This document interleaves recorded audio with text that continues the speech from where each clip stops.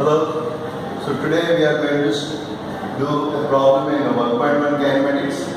Problem number 2. First, before solving the problem number 2, we should note two important points. Suppose if an object is traveling with the speed v1 and v2, but distances the same distance, s and s, and the average speed is 2v1 v2 by v1 plus v2. Suppose the object is traveling for the same time between A, B and C points, then the average velocity is v1 plus v2 by 2. So in the given problem, a particle started from A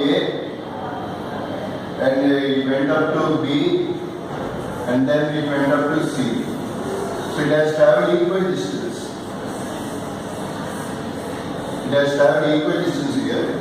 But from A to B it has traveled with the speed v0, and from B to C for equal time, here he has given equal time, with the speed v1, with the speed v2. So logically we use these two formulas. So here you see for an equal time here. So what is the average velocity here? So this will be v1 plus v2 by 2. So if you consider this B and C, between B to C and A to B, so the speed here is v0, the speed here is v1 plus v2 by 2. So therefore, so what is the average speed for the entire A to C? 2v1 v2.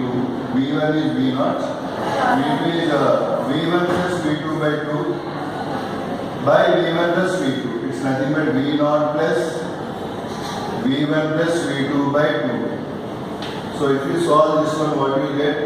Average velocity is equals to 2v0 into v1 plus v2 by 2v0 plus v1 plus v2.